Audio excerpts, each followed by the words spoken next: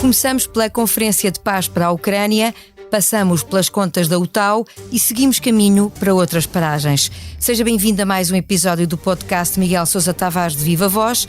Vamos a isto, eu sou a Paula Santos.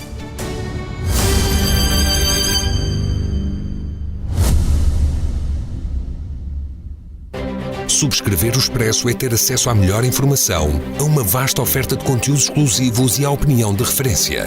Subscrever o Expresso é tornar-se membro do nosso clube, poder ser voz ativa de uma comunidade informada e beneficiar de vantagens exclusivas. Subscreva o Expresso em expresso.pt/digital. Expresso. Liberdade para pensar.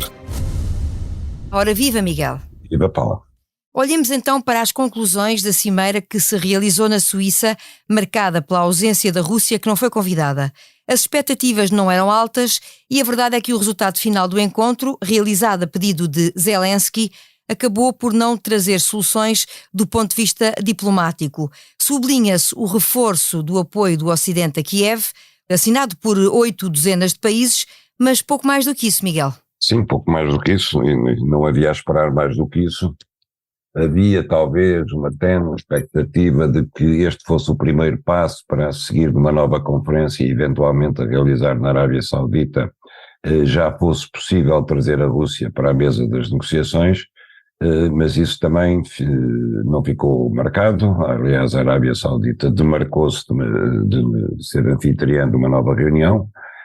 Ela não ficou estabelecida. Zelensky disse que a Rússia não estava preparada para participar em conferências de paz e, portanto, não se adiantou nada, quer dizer, confirmou-se aquilo que já sabia, quais eram os países que apoiavam a Ucrânia, que são essencialmente países do Bloco Ocidental, quais são aqueles que não comungam da estratégia de apoio da NATO e do Ocidente, que são os países asiáticos, países africanos e alguns países da América do Sul, da América Latina, e portanto ficou tudo na mesma, foi uma perda de tempo. Acha que Zelensky tem razão quando afirmou, como agora referiu, que a Rússia não está preparada para uma paz justa, isso tendo em conta as condições que a Rússia adiantou como essenciais para discutir o fim da guerra, que são condições que o próprio Miguel afirma na sua crónica desta semana no Expresso que considera inaceitáveis?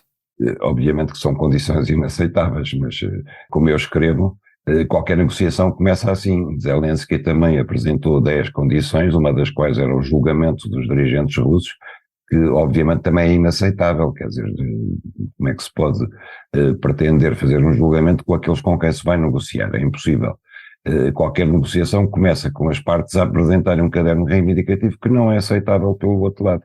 E por isso é que existem mediadores de paz que olham para as propostas iniciais de cada uma das partes e depois vão limpando aquilo e tentam chegar a uma posição onde qualquer delas possa aceitar aquilo que são os mínimos aceitáveis.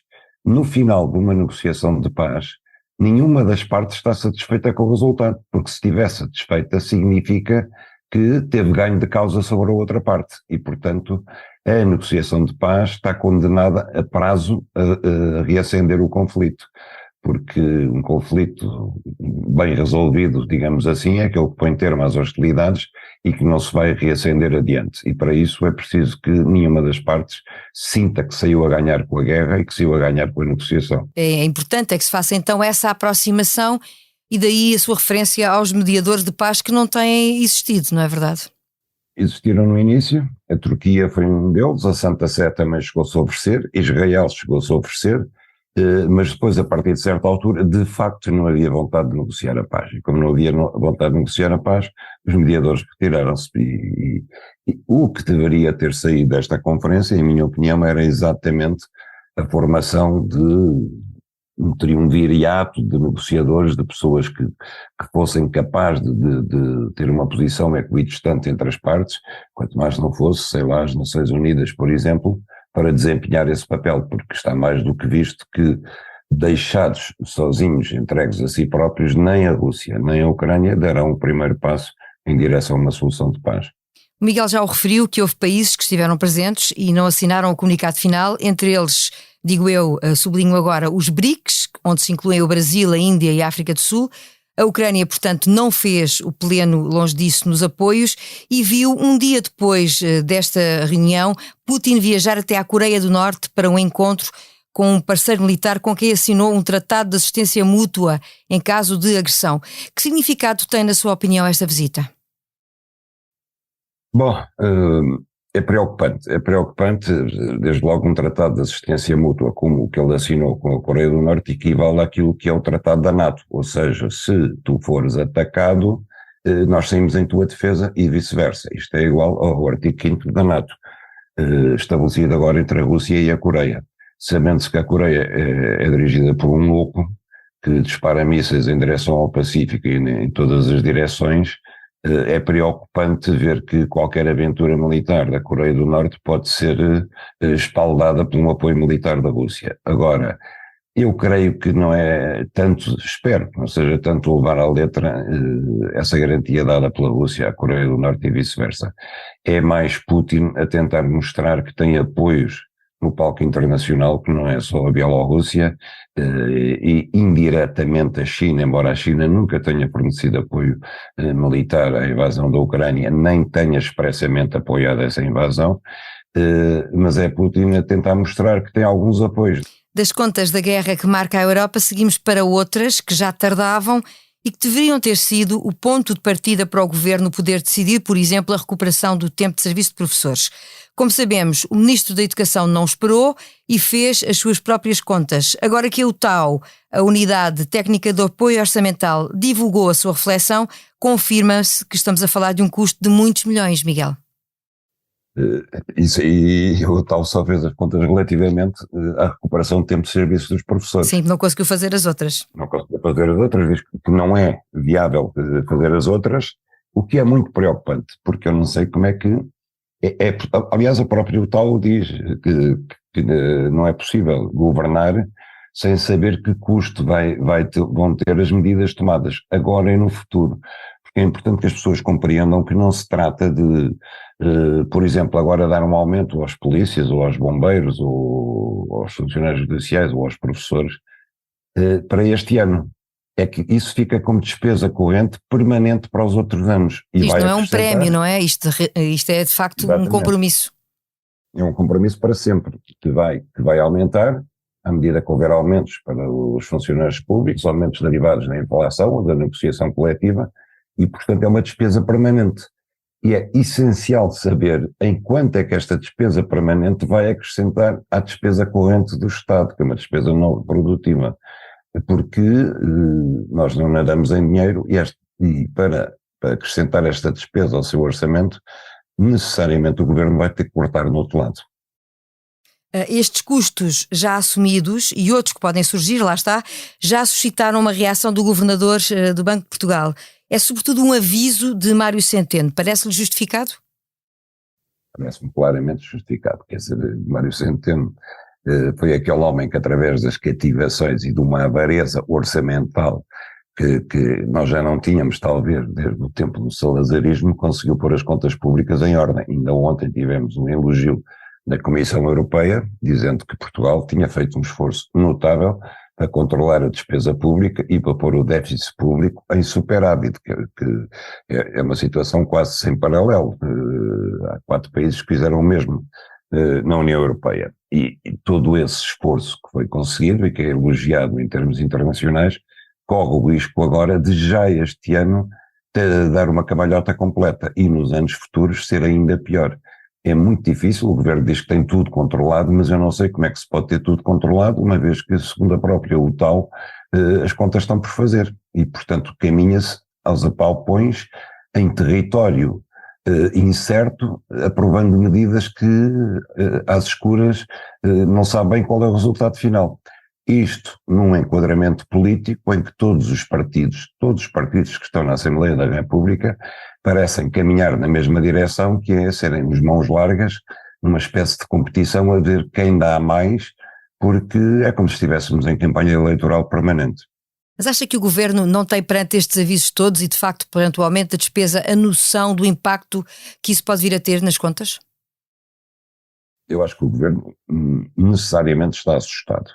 Agora, vai tentar dosear aquilo que vai dar, mas está também acossado pelo aquilo que as oposições fazem. Quer dizer, quando as oposições prometem X, é difícil ao governo dizer não damos nada. Acho que o governo dificilmente vai fazer o papel de ser o mal da fita quando os outros todos querem fazer o papel de bom da fita. Embora eu ache, Paula, que chegado a um certo ponto, os portugueses também não são ingênuos nem são idiotas. Os portugueses não vão achar que, de repente, a oposição encontrou a mina dos ovos de ouro.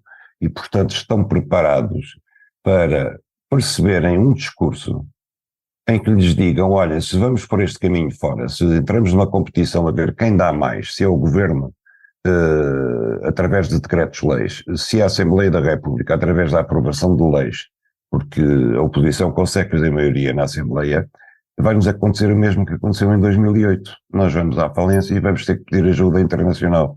Vocês querem a troca de bota? E eu acho que os portugueses, se calhar, vão estar preparados para perceber este discurso. Vamos ver se esse é o caminho, a rota seguida pelo governo. Há 2 semanas, neste podcast, seguimos outra rota, a do turismo em Lisboa. O Miguel traçou um retrato negativo da cidade, sobretudo da gestão de Carlos Moedas. O presidente da Câmara não gostou e respondeu com exemplos de obra feita. São argumentos que o podem convencer a passar a vir com mais regularidade à cidade ou nem por isso? Paula, eu não saí de Lisboa por causa disso, nem por causa dos argumentos do Eu pergunto se isto seduz de alguma maneira, o atrai mais em relação a Lisboa? Não, esta explicação do presidente?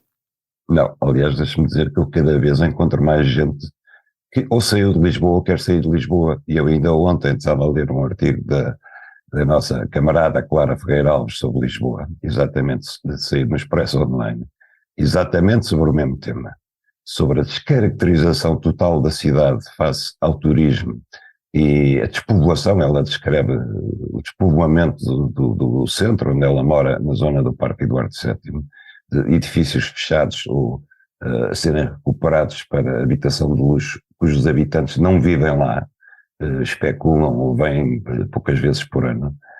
E é essa descaracterização de Lisboa pelo excesso de turismo, pelo excesso de especulação imobiliária que está a descaracterizar Lisboa.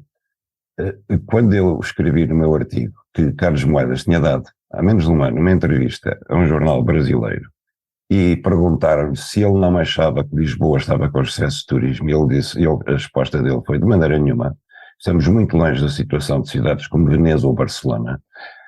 Acho que Lisboa ainda tem espaço para crescer e é nisso que vamos apostar. Eu fiquei altamente preocupado. E qual é a resposta que ele dá agora? Ele não se pronuncia sobre isso. Eu desafiei-o diretamente no meu artigo a dizer o que é que ele acha quando vê os agentes do turismo a defender um aeroporto em Lisboa que possa receber até 70 milhões de turistas por ano para Lisboa. Se ele não fica assustado com essa perspectiva, ele não responde. Em vez disso, diz que dobrou as taxas turísticas para Lisboa. Ou seja, como quem diz, eu para mim estou radiante. Quanto mais turistas vierem, mais receitas tenho eu na Câmara Municipal. Ora, para mim, isto é uma confissão de quem não só não está assustado, mas de facto tenciona fazer da destruição da alma de Lisboa uma oportunidade de negócio. E eu ainda fiquei mais preocupado com a resposta que ele deu do que com aquilo de que eu, a Clara Ferreira Alves e tanta gente constatamos sobre o que está a suceder em Lisboa. E sobre Lisboa estamos conversados, e depois desta nova paragem política nos planos de Carlos Moedas, partimos então para o improviso. Foram conhecidas esta semana escutas que envolvem o ex-primeiro-ministro António Costa. São retiradas do processo influencer, mas não têm qualquer relação aparente com as investigações. O Ministério Público já anunciou a abertura de um inquérito à divulgação destas escutas. Mas elas aí estão, Miguel, porque houve uma decisão de não apagar conteúdos que não têm relação direta com o que está a ser investigado. E neste caso são declarações sobre a TAP e sobre a sua CEO. Compreende esta decisão de manter as escutas no processo? Não só, Paula, não só.